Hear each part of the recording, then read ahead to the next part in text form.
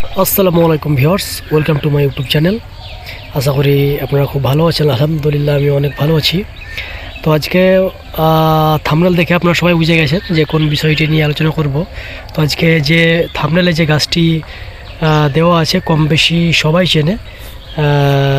বলতে গেলে আমাদের পাকিস্তান, ভারত এবং বাংলাদেশ এই সব দেশে কিন্তু গাছটি অত্যন্ত কম।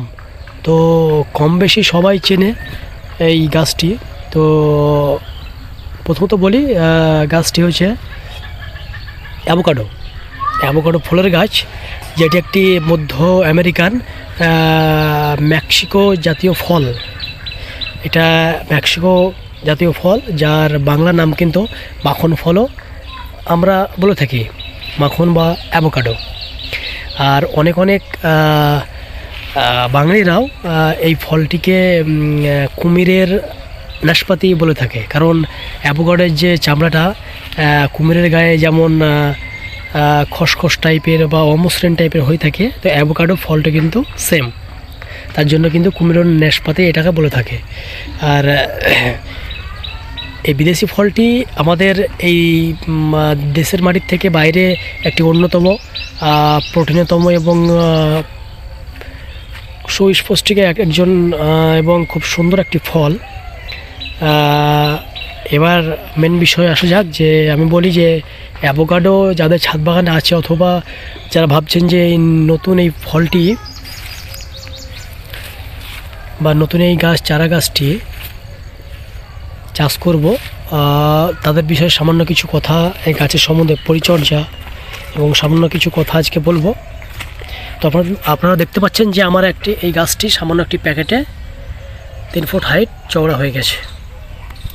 তো প্রথমত বলি যে ভিডিও শুরুতে আমি বলেছি যে অ্যাভোকাডো একটি মেক্সিকো ফল, যেটা কিন্তু আমাদের মাটিতে অনেক ফলনই হয়। বিদেশি ফল হতে পারে কিন্তু অনেক ফলন হয়। আর এই ফলটি এখনও পর্যন্ত কম বেশি অনেক লোকেই জানতে শুরু করেছে। তো প্রথমে বলি, আপনারা যখন এই গাছটি লাগাবেন তো এখানে মাটি দেখতে পাচ্ছেন, নর্মাল মাটি খুব মিশ্রণ মাটি, অনেকটা ঝুরঝুরে টাইপের করে নেবেন, যাতে মাটিতে জল থাকে এবং আর্দ্রতা ভাবটাও থাকে, যেমন মাটি খুব শুকিয়ে না যায়। তার জন্য আমি মাটির সঙ্গে গোবর সার আর ধানের তুষ এগুলো কিন্তু আমি মিক্স করেছি। আর আপনারা পারলে সাপটি মিক্স করে নিয়ে সব থেকে বেটার হয়। আর ফল আসার আগে গাছের পরিচর্যা হচ্ছে যে এই গাছের গোড়ায় আপনারা নিমখোল অথবা সর্ষে খোল পচিয়ে সেটাকে জলের সঙ্গে ঘুলে নিয়ে পাতলা করে কিন্তু দিতে পারেন। আর এবং স্প্রের কথা বলি, যে স্প্রের মধ্যে আপনারা বুস্টার, কাকা, হ্যামিস্টার এগুলো ব্যবহার করতে পারেন। কিন্তু আমার মতে আমি তো মোটামুটি সব প্রোডাক্টের বিষ ব্যবহার করেছি। তো যাদের ছাদ বাগান অথবা যারা চাষ করুন ভাবছেন, তিনারা তো এই কীটনাশক সম্বন্ধে আমার থেকেও অনেক বেশি জ্ঞানী। তো আপনারা যেটা ভালো বুঝবেন সেটা দিবেন, কিন্তু বুস্টারের দিক থেকে বুস্টারটা খুব ভালো, খারাপ নয়, এটা ব্যবহার করতে পারেন। কাকাও ব্যবহার করতে পারেন। আর মাঝে মধ্যে সবথেকে ফাঙ্গাসাইড যেটা হয় সাপ, এটা কিন্তু মাঝে মধ্যে আপনারা স্প্রে করবেন।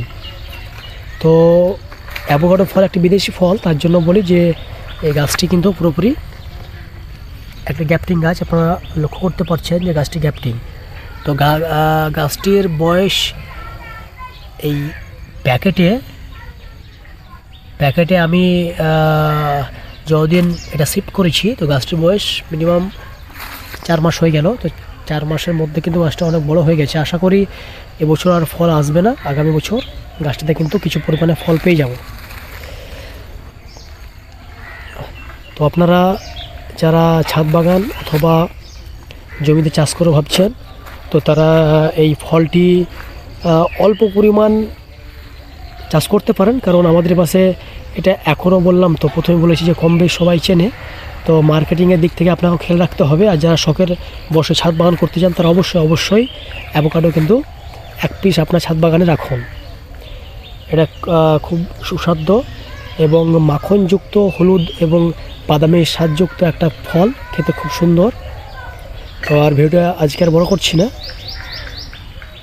তো যদি ভিডিওটা ভালো লেগে থাকে চ্যানেলটি ফলো করুন, লাইক করুন, কমেন্ট করুন। ততক্ষণে নেক্সট ভিডিওর জন্য আসসালামু আলাইকুম ওয়া রাহমাতুল্লাহি ওয়া বারাকাতুহু।